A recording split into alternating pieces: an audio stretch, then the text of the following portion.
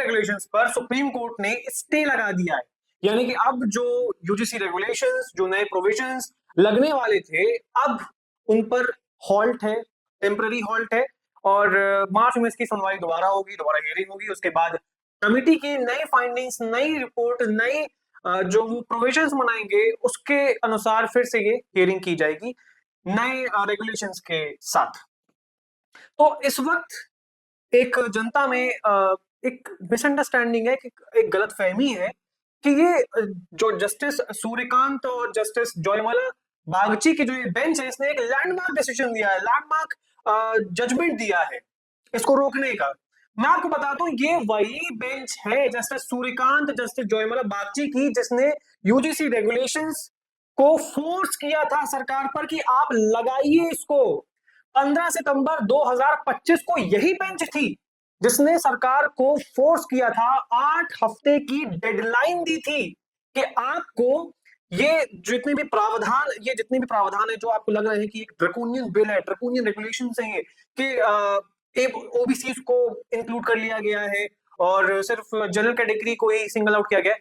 मैं आपको बता दूं एक बात, ये जितने भी प्रावधान हैं एक्सप्लिसिटली इस बेंच ने अप्लाई करने को कहे थे, इंक्लूड करने को कहे थे।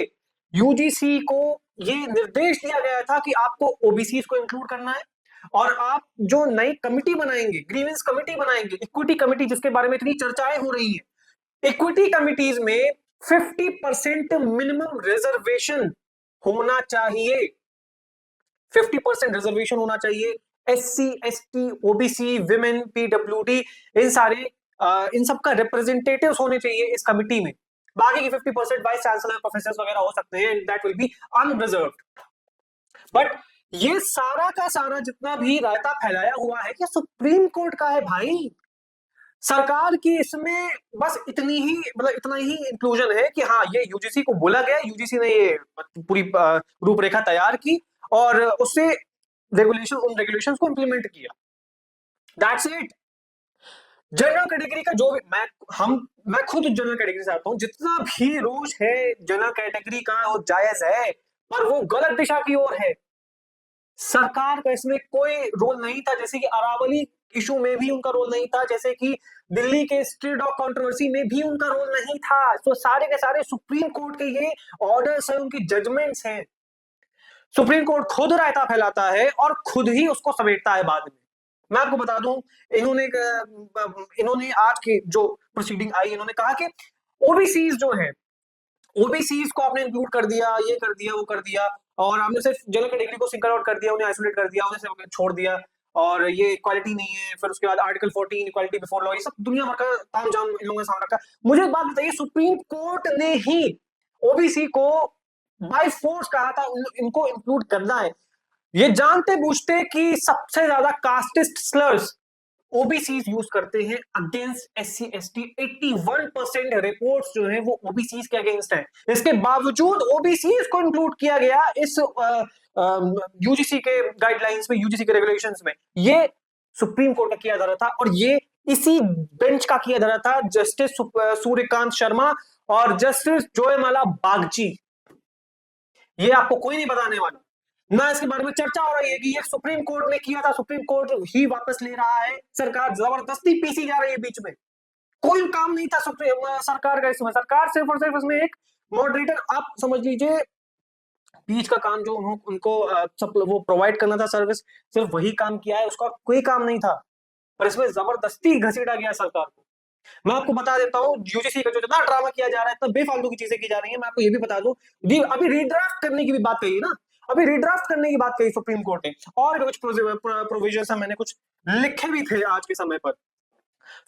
स्ट्रॉन्ग एंड रोबस्ट के बारे में भी चर्चा की थी सुप्रीम कोर्ट ने। आज के जो जजमेंट उन्होंने दिया था, स्ट्रॉन्ग एंड रोबस्ट से आज ये वेगनेस क्यों आ चुके हैं, जो ये यूजीसी गाइडलाइंस रेगुलेशंस है।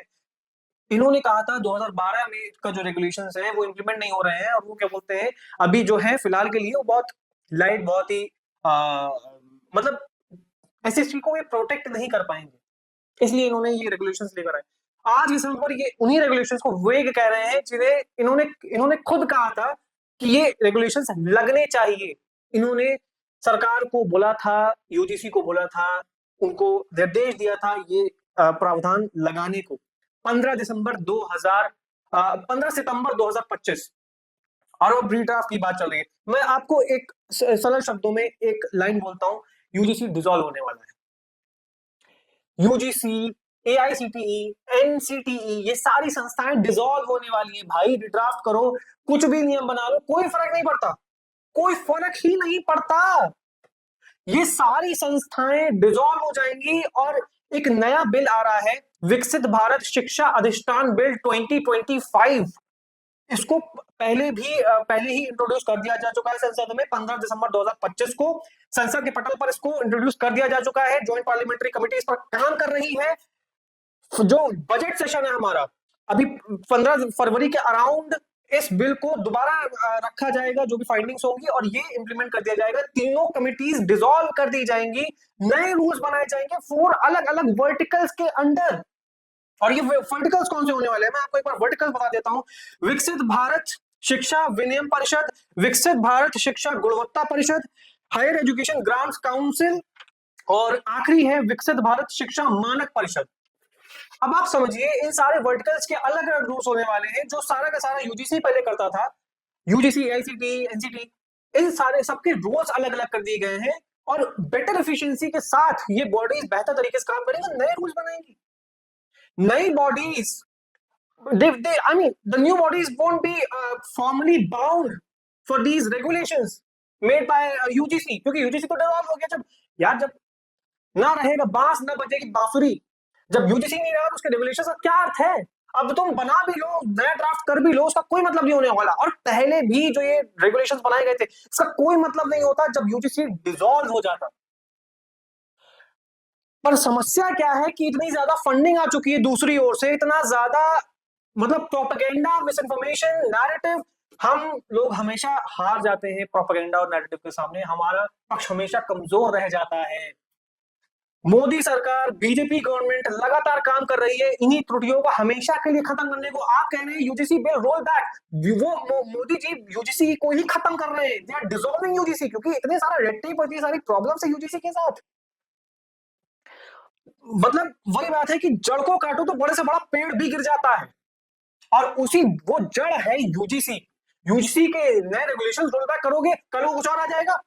यूजीसी को खत्म कर रहे हैं मोदी जी, ताकि ये सारी की सारी प्रॉब्लम्स एक साथ खत्म हो जाए, नए बॉडीज बनेंगी और नए फ्रेमवर्क्स तैयार होंगे।